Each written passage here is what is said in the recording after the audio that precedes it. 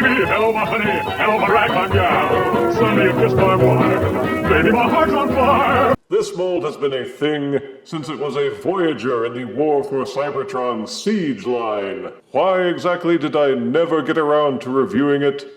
Meh. But this, the Studio 86 series Leader remold, is supposed to be the best version of it.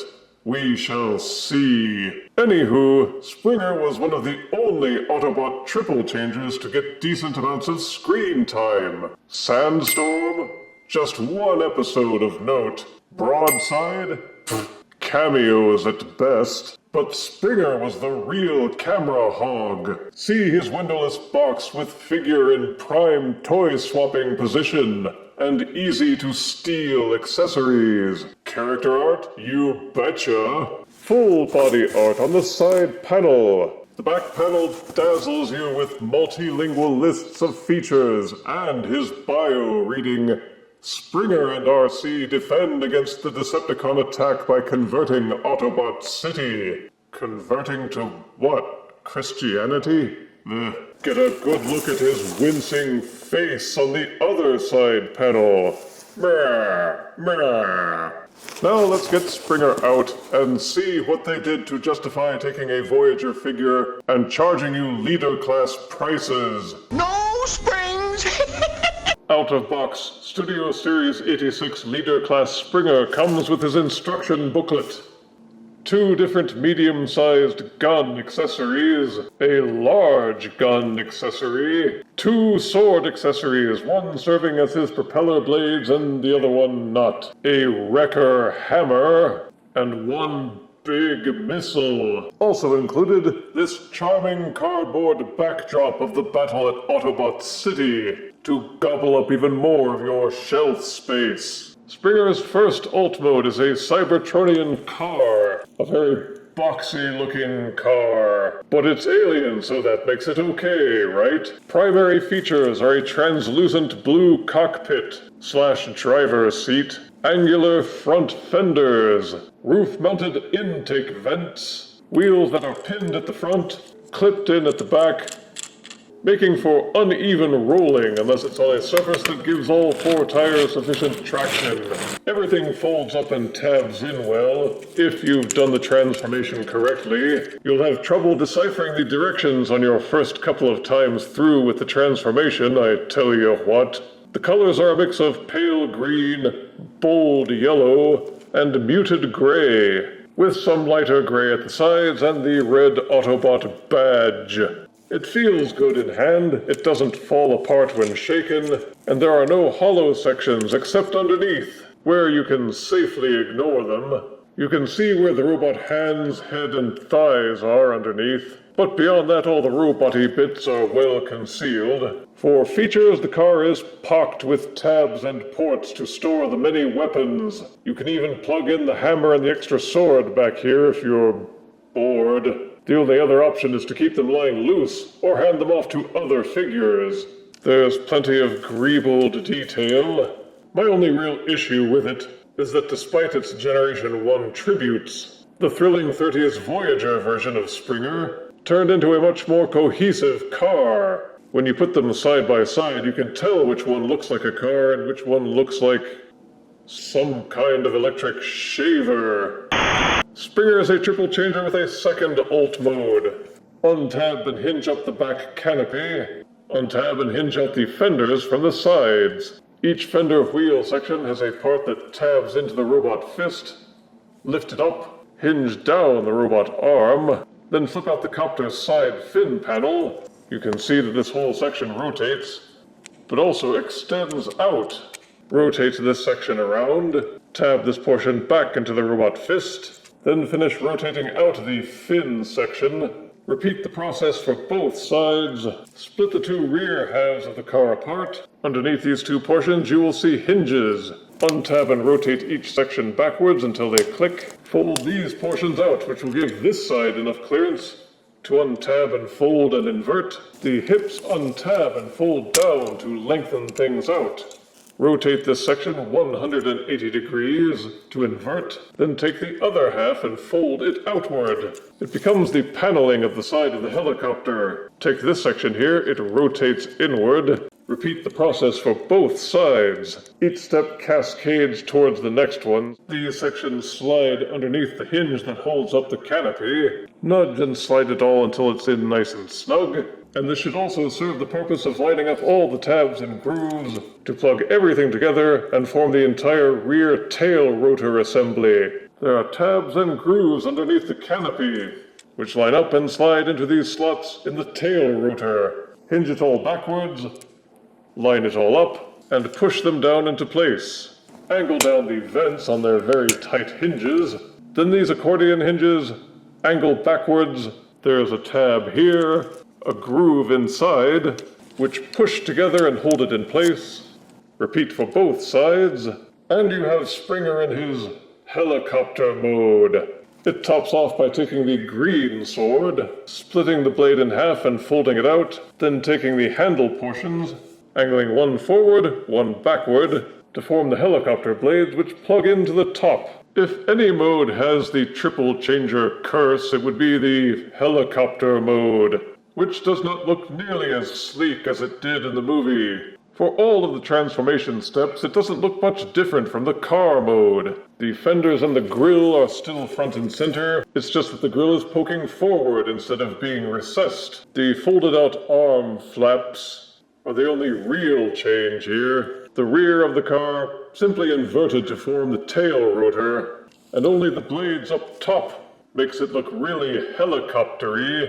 Maybe it's because the car tires are still plainly visible. But I like this mode the least. The transformation for Sandstorm wasn't perfect, but you got much better results than this. The side fins are almost an insult to the intelligence in how little they look like helicopter fins. Of course, with little actual transformation, there is a corresponding lack of change in the color scheme between modes. Green, yellow, and gray. Main features are the car parts which form the front canopy, the intake vents. The directions don't give any specifics in equipping the weapons beyond plugging in the main rotor. You are free to use your imagination when decking out Springer with his boatload of weapons. Be aware that some of the weapons will interfere with the spinning rotor, and you may have to leave them off. Fire blasts won't plug into here where it would have made sense, but you can plug them into the back of the garbage can missile. And there are a few mini-pegs on Springer, and most of those are legacy holdovers from the War for Cybertron mold. These side panels bug me because they don't tab in anywhere. Even a slight nudge will set them rotating. Again, I find myself leaning towards the thrilling 30s Voyager. It had a much better helicopter mode, or at least it looks more like a helicopter than the War for Cybertron mode. Sometimes Generation 1 toy accuracy isn't necessarily better. On the plus side, it still feels pretty solid. And the only real hollowness that you can find besides this gap in the tail is underneath the helicopter. But it's still in the tail, so it doesn't make much of a difference. No springs! To transform Springer to robot mode, first de-accessorize, and that includes the rotor. Untab and angle up the canopy. Untab the car fender / helicopter nacelles from the side and fold them back out. Split the tail rotor in half, and these gray portions, which tab just behind the cockpit, will now untab and swivel back out. Make sure to do it for both sides. Fold the tail fin inside the tire section. The tire section then rotates, folds up, and tabs in, while the flap on the other side also folds down and tabs in. There's a tab and groove here that peg together. Then the robot foot folds down and rotates. Keep rotating the foot until it inverts and folds underneath the robot ankle. Oh yeah, and repeat for both sides. You need to reform the robot hips, that's easy enough. Fold these hip panels back up, fold the robot thighs down, and then use that for leverage to push these sections back up and tab them in place. Rotate the legs 180 degrees so that they are facing forward. Going back up to the front of the car / copter, the front section tabs in just underneath the cockpit. Hinge it downward to untab it and roll it forward. When transforming to the Alt mode, you will see an L-shaped tab in here. There is a groove buried deep in here. In order to get the copter and the car modes to transform successfully, you have to make sure that that tab and that notch line up. Once it's lowered down and straight, use the cockpit as leverage and push until you hear it click in place. Make sure that the hood is underneath the cockpit and it will line up nice and flat. But to transform to robot mode, lower this section down, flip out the top, unfold the robot head, then rotate the head so it's facing forward. These two flaps here fold out to the side. Then the cockpit section does untab and fold out. There's a hinge back here that angles up. Rotate this section down to become the shoulder struts, while at the same time the front angles up and clicks in. You'll see two grooves here, two tabs here. Those fold and push together. If you think it looks janky, don't worry, it's supposed to be like this. There's also a groove here, a tab here. Those will also angle up and tab in. This also allows this groove underneath the head to plug into this tab here. And with all that done, this tab here goes into this hole here. Same for the other side to become the shoulders. Untab this from the robot fist again. Angle down the elbow. Cinch in the copter side panel. And refold in the fin to close out the robot arm. Then the fender untabs and angles up. This portion folds underneath, and this folds down. Oh, yeah, and you repeat for both sides. Just at the back of the cockpit, right here, is a tiny groove, which corresponds to this tab here. So you can angle up the canopy and tab it in place. It's your choice whether to leave these nacelles folded up or down. Angle out the shoulder pads, and the transformation is complete. The transformation to robot mode is a bit more involved, but the War for Cybertron Siege mold was made during a time when Hasbro used to put leader-class effort into Voyager-class figures. Most Triple Changers are built around their robot modes, so it should be no surprise that Springer's looks pretty good. Distinguishing features are his crested green head with built-in headlights, his angled yellow shoulder pads, his grillwork chest. He rattles a bit, but he feels solid and has a decent amount of heft.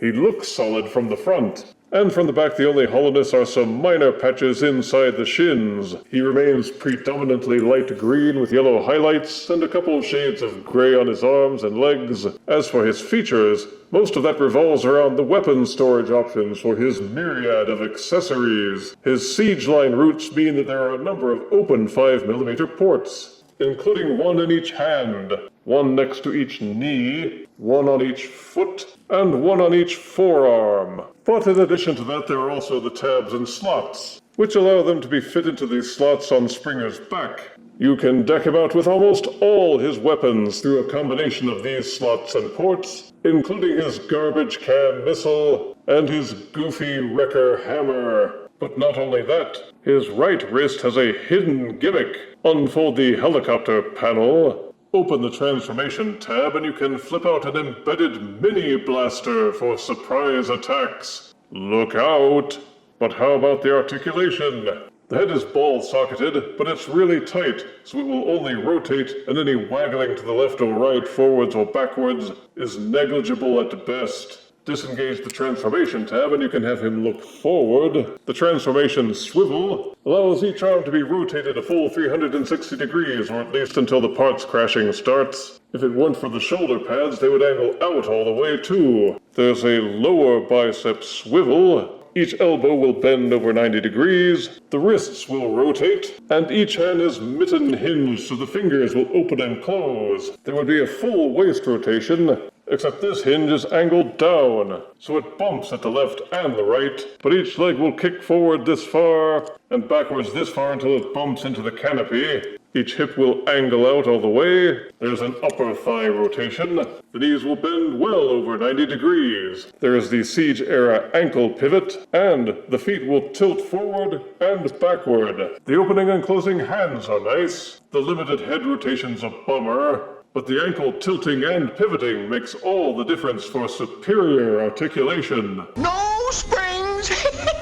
standing about 6.5 inches and weighing 5.4 ounces without his weapons. Here is Studio Series 86 Leader Class Springer, next to Legacy Leader Blitzwing.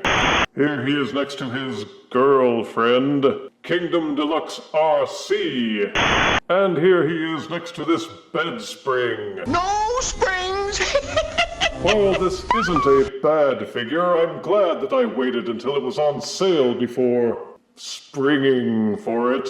You can tell the designers put a goodly amount of effort into the engineering, but direct comparisons to Thrilling 30's Springer had me feeling that the Studio Series 86 offering was not up to standard, especially as a leader class figure, and I'm convinced the only reason they made this one a leader was because all the other Triple Changer figures were put into the leader class category as well. But unlike Blitzwing's Energon gloves or Astrotrain's coal car, all they could do to make Springer worth the price point was throw in a bunch of weapons, many of which won't be used depending on buyer preference. Positives are that all three modes are solid, the green and yellow colors are nicely Hobbitish.